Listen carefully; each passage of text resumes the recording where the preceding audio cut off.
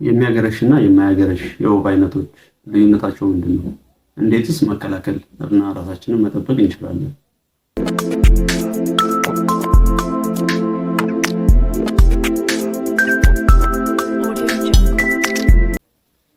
ሰላም የዩቲዩብ ቤተሰቦች እንዴት ናችሁ? እንደምቆይታችኋል። ዛሬም እንግዲህ እንደተለመደው አንድ የጤና ጉዳይን ይዤ ተመልሻለሁ። ዛሬ የምናየው የሚያገረሽ ወባና የማያገረሽ ወባ በምክንያት ይከሰታል የሚለውን በደንብ እናያለን። እስከ መጨረሻው ድረስ ቪዲዮ በመመልከት ሙሉ መረጃውን አግኙ። ለሌሎችም ሼር በማድረግ እንዲደርሳችሁ አድርጉ። የደወል ምልክቱን በመጫንም ሁሉ ጊዜ ቪዲዮ ሲወጡ እንዲደርሳችሁ አድርጉ። እስከ መጨረሻው ድረስ አብራችሁን ቆዩ። ዛሬ የምናየው እንግዲህ በዋናነት ስለ ወባ በሽታ ነው። በዋናነት ደግሞ የሚያገረሽና የማያገረሽ የወባ አይነት በምክንያት ይመጣል። ልዩነታቸውስ ምንድነው? እንዴት እንከላከላለን የሚለው እናያለን ማለት ነው። በዓለም የጤና ድርጅት መረጃ መሰረት እንግዲህ በረቂቅ ተዋሲያን ከሚመጡና ሰፊ ዓለማችንን ከሚያጠቁ በሽታዎች እና አንዱና ቀዳሚው የወባ በሽታ ነው። እንግዲህ በየዓመቱ በብዙ መቶ ሚሊዮኖች የሚቆጠሩ ሰዎች በዓለም ላይ በወባ ይያዛሉ። በ2022 ወይም 2022 እንደ አውሮፓውያን አቆጣጠር ወይም በ2014 እንደ ኢትዮጵያውያን አቆጣጠር ብቻ ከ249 ሚሊዮን በላይ ሰዎች በዓለም ላይ ማለት ነው በወባ በሽታ እንደተያዙ ማታወቅ ተችሏል።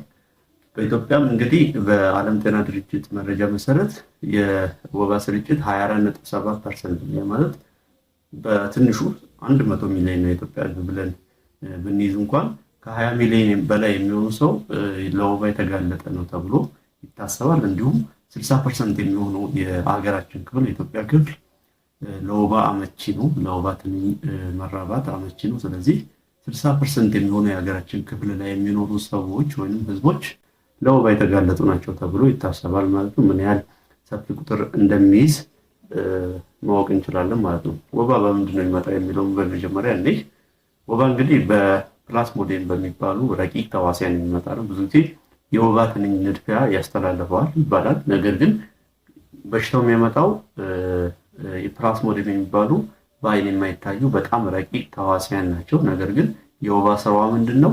በሽታውን ከአንድ በሽተኛ ወደ አንድ በሽተኛ ማስተላለፍ ነው፣ ወደ ጤነኛ ሰው ማለት ነው። ምክንያቱም ሁሉም ሰው ወባ ከሌለበት እቺ ወባ ትንኝ ብትራባም ብትኖርም እነኚህ ረቂቅ ተዋሲያን አንድ ሰው ውስጥ ከሌለው ወደ ሌላ ሰው አያስተላልፉም ማለት ነው። ስለዚህ እነኚህ ረቂቅ ተዋሲያን ናቸው ወሳኞቹ ማለት ነው። በዋነኝነት አራት በጣም የታወቁ ረቂቅ ተዋሲያን አይነቶች አሉ ወባን የሚያመጡ። አንደኛው ፕላስሞዲየም ፋልሲፓረም ይባላል። ሁለተኛው ፕላስሞዲየም ቫይቫክስ፣ ፕላስሞዲየም ኦቫሌ እና ፕላስሞዲየም ማላሪያ ይባላሉ። አምስተኛው እንደተገኘ በቅርቡ ታውቋል። በዋነኝነት ግን እነኚህ አራቱ ናቸው። በተለይ ደግሞ ፕላስሞዲየም ፋልሲፓረም የሚባለው የረቂቅ ተዋስ ዝርያ ማለት ነው ከፍተኛ የሆነው ቁጥር ድርሻ ይይዛል በዓለም ላይ ብዙ ሰዎችን በመያዝ እንዲሁም አብዛኞቹን ለከፋ አደጋ የሚዳርገው ፕላስሞዲየም ፋልሲፓረም የሚባለው ነው። ሌሎችም ዝርያዎች በሽታ ያመጣሉ። ነገር ግን እጅግ ሰፊውን ቦታ የሚይዘው ይሄ ፕላስሞዲየም ፋልሲፓረም የሚባለው የረቂቅ ተዋስ ዝርያ ነው ማለት ነው። እንግዲህ ወባ በዋነኝነት በእነኚህ ይመጣል። በወባ ትንኝ ደግሞ ይተላለፋል። አኖፊለስ ሞስኪቶ ወይንም ሴቷ የወባ ትንኝ ይህን ታስተላልፋለች። ምክንያቱም ሴቷ የወባ ትንኝ የምትመገበው የሰው ደም ስለሆነ ንድፊያን የምታካሂደው ወይንም ደግሞ የሰው ደምን የምትመገበው ደግሞ በሌሊት ነው። ሌሊት የምትንቀሳቀስ ሌሊት የምትመገብ የወባ የትንኝ ዝርያ ነች። እቺ የወባ ትንኝ በብዛት ከቀኑ 11 ሰዓት እስከ ጠዋቱ 1 ሰዓት ባለው በተለይ ደግሞ እኩለ ሌሊት ላይ በጣም የተባባሰ ብዙ ንድፊያን ታካሂዳለች ማለት ነው። ስለዚህ ዋነኛ አስተላላፊዋ ቺ አኖፊለስ ሞስኪቶ ወይም የወባ ትንኝ ተብላ የምትታወቀው ነች ማለት ነው። እንግዲህ ይህን ያህል ካል ዛሬ አሁን ደግሞ ዋና ትኩረታችን የሚሆነው የሚያገረሽና የማያገረሽ ወባ ወይንም ሪላፕሲንግ ማላሪያ ኤንድ ሪላፕሲንግ ማላሪያ ተብሎ በሕክምናው የሚታወቀው ይሆናል ማለት ነው። በመጀመሪያ የሚያገረሽ ወባ ምን አይነት ነው የሚለውን እንዴ የሚያገረሽ ወባ እንግዲህ ፕላስሞዲየም ቫይቫክስ በሚባለው የወባ ዝርያ የሚመጣ ነው።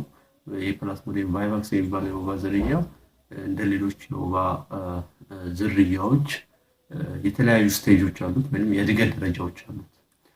ትሮፎዞይት፣ ሜሮዞይት፣ ሃይፕኖዞይት የተባሉ ብዙ አይነት ወደ 5 የሚጠቁ የእድገት ደረጃዎች አሉት።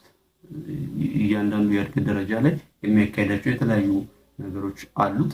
በዋነኝነት ግን ከነኚህ የእድገት ደረጃዎች ውስጥ ሃይፕኖዞይድ ተብሎ የሚታወቀው የእድገት ደረጃው በጉበት ውስጥ የመደበቅ ጸባይ ያለው። ያ ማለት ወባ እንግዲህ አብዛኛውን ጊዜ የሚኖረው የቀይ የደም ህዋሶች ውስጥ ነው።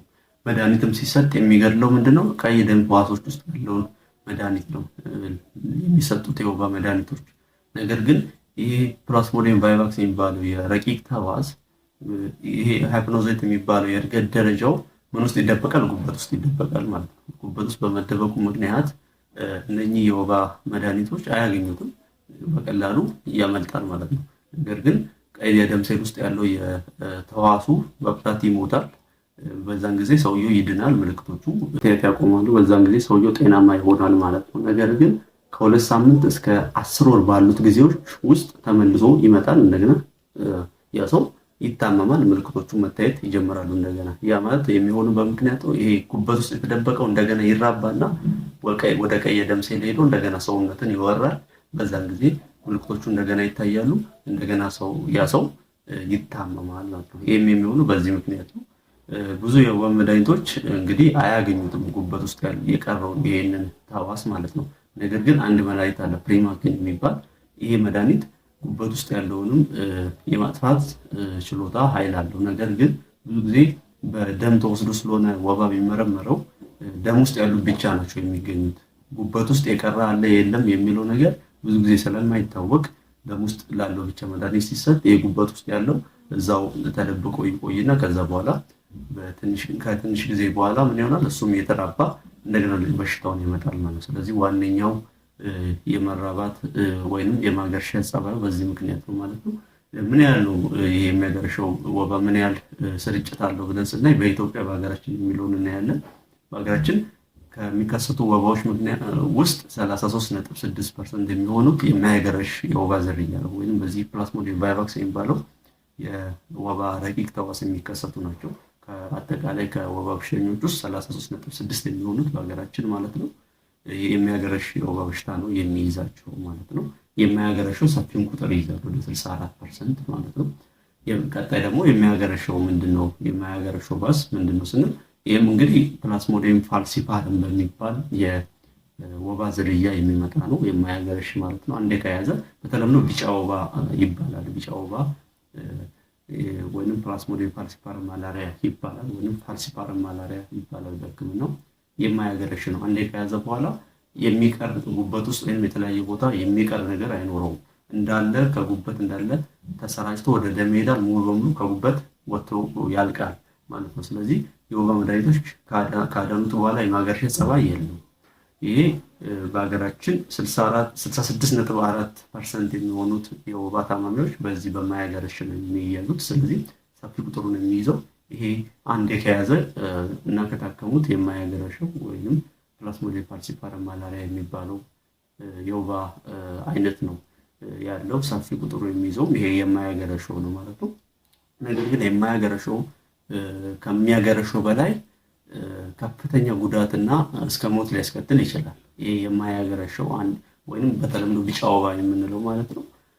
የማያገረሸው ከፍተኛ መዘዝን ሊያመጣ ይችላል። ምክንያቱም ብዙ የደም ህዋሳታችን የማጥቃት ጸባይ ያለው ወይንም የስርጭት መጠኑ በጣም ሰፊ ነው፣ ወይንም በቶሎ የመራባት ጸባይ ያለው ብዙ የቀይ ደም ህዋሳችንን በማጥቃት ከፍተኛ የሆነ የደም ማነስ እንዲከሰት ያደርጋል። ያ ማለት የተጠቁ የቀይ የደም ህዋሳት ወይም ይሄ ተህዋስ ያለባቸው የቀይ ደም ህዋሳት በሰውነታችን የመከላከል ስርዓት ወይም ኢሚዩን ሲስተም ይገደላሉ፣ እነኚህ ቀይ የደም ህዋሳት። ምክንያቱም ከዛ በኋላ ብዙ ስራ ስለማይሰሩ ስለሚጎዱ እየተገደሉ በሚጠሩበት ጊዜ ከፍተኛ የሆነ የደም ማነስ እንዲከሰት ያደርጋል። አንዱ የሚያመጣው መዘዝ ይሄ ነው። ሁለተኛው ደግሞ ይሄ እነኚህ በዚህ ረቂቅ ተህዋስ የተጠቁ ቀይ የደም ሴሎች በአስፈላጊ የአካል ክፍሎቻችን እንደ ልብ፣ እንደ ሳምባ፣ እንደ አእምሮ ወይም ጭንቅላት ባሉ የደም ወሳኝ የአካላችን ክፍሎች ውስጥ ምን ይሆናሉ? እየተሰነቀሉ ይሄዳሉ። ምክንያቱም ልክ ተህዋስ ሲያጠቃቸው እነኚህ ቀይ የደም ሴሎች ምን ይሆናሉ? ስቲክ ይሆናሉ፣ ወይንም የመጣበቅ አይነት ጸባይ ይኖራቸዋል። እንደ ጤነኛ የደም ሴል አይዘዋወሩ። በዛ ጊዜ እነኚህ አስፈላጊ አካላችን ክፍሎች ውስጥ በመሰንቀር እነኚህ አካላችን ክፍሎች በቂ ኦክሲጅን እንዳያገኙ በማድረግ እስከ ሞት የሚያደርስ በሽታን ወይንም መዘዝን ያመጣል። ይሄ የማያገረሸው ወባ ወይንም በተለምዶ ቢጫ ወባ የምንለው ማለት ነው። ስለዚህ ሰፊ ቁጥር የሚይዘው ይሄ ነው። በቶሎ ካታከመ ደግሞ ከፍተኛ መዘዝ የሚያመጣው የማያገረሸው ነው። የሚያገረሸው እንግዲህ ያገረሻል፣ ነገር ግን ብዙ ጊዜ ጉዳቱ እጅግም አይደለም እንደማያገረሸው ወይም እንደ ቢጫ ወባው እጅግ ከባድ የሆነ መዘዝ ወይም ጉዳት የማያመጣ በሽታ ነው ማለት ነው። ስለዚህ ባጭሩ የሚያገረሽና የማያገረሽ ወባ ልዩነታቸው ይሄ ነው። ይህንን ካልን አይቀር መከላከያውንም ሳንጠቅስ ማለፍ የለብንም። ስለዚህ የወባ መከላከያዎች እንግዲህ ብዙ ጊዜ በተለያዩ የግንዛቤ ማስጨበጫ ሁኔታዎች በሚዲያ እንሰማለን። የመጀመሪያው ያው በአካባቢያችን ያቆረ ውሃ ካለ በተለያዩ እቃዎች ውስጥ ሊሆን ይችላል፣ በተለያዩ ጉድጓዶች ያቆረ ውሃ ካለና የምንኖርበት አካባቢ ሞቃት ከሆነ እነኛ ውሃዎች እንዲፈሱ በማድረግ ያቆረ ውሃ፣ ምክንያቱም ይሄ ያቆረ ውሃ ውስጥ እንቁላሏን ትጥላለች እቺ ወባ ለመራቢያ የወባ ትንኝ ማለት ነው። ለመራቢያ ስለሚያገለግሉ ያቆረ ውሃ ካለ ማፍሰስ ይኖርብናል። እንዲሁም አንዳንድ ኬሚካሎች አሉ። ብዙ ሰው የተቃጠለ ወይም ጥቁር ጋዝም ይጨምራል። እነኝን በማድረግ የወባ ትንኛ እንዳትራባ ማድረግ ይገባል። ሌላው ደግሞ ሪፔላንት የሚባሉ ቅባቶች አሉ። አንዳንድ ቅባቶች አሉ። ወባ መታ ትንኛውን እንዳልኳችሁ በሌሊት ስለሆነ የምትናደፈው፣ ሌሊት ስለሆነ የምትሰራው የምትመገበው፣ በሌሊት ተቀብቶ ማደርም አንዳንድ ቅባቶች አሉ ወባዋን ወይም ትንኛዋ ወደ ሰውነት እንዳትጠጋ የሚያደርጉ ወይም ከላያችን ላይ የሚከለክሉ ማለት ነው። እነሱም መቀባት እንዲሁም አጎበር መጠቀም፣ ያቆረ ውሃ ካለ ማፍሰስ፣ እንዲሁም ቤትን የጸረ ወባ ትንኝ መድኃኒቶችን ማስረጨት ይገባል ማለት ነው። እነኝም በማድረግ ይህንን በሽታ መከላከል እንችላለን ማለት ነው። በአጠቃላይ ዛሬ ያስኩላችሁ ስለሚያገረሽና ስለማያገረሽ ወባ እንዲሁም መከላከያ ዘዴዎች ያስኩላችሁ መረጃ ባጭሩ ይህን ይመስል ነበረ። ቀረ ጎደለ የምትሉት ካለ ደግሞ በኮሜንት ላይ ያሳውቁኝ፣ እመለከተዋለሁ። በዲስክሪፕሽን ላይም ስለ ወባ መረጃ አስቀምጬላችኋለሁ። እዛ ላይ ገብታችሁ ማግኘት ትችላላችሁ። አዲስ ከሆናችሁ ሰብስክራይብ እንዳይረሳ፣ እንዲሁም የደወል ምልክቱን በመጫን ሌሎች መረጃዎች በሚወጡ ጊዜ እንዲደርሳችሁ ማድረግ ትችላላችሁ። ሼር በማድረግም ለሌሎች አድርሱ። በቀጣይ ደግሞ ሌላ መረጃ ይዤ እመለሳለሁ። እስከዛው ድረስ ቸር ሰንብቱ።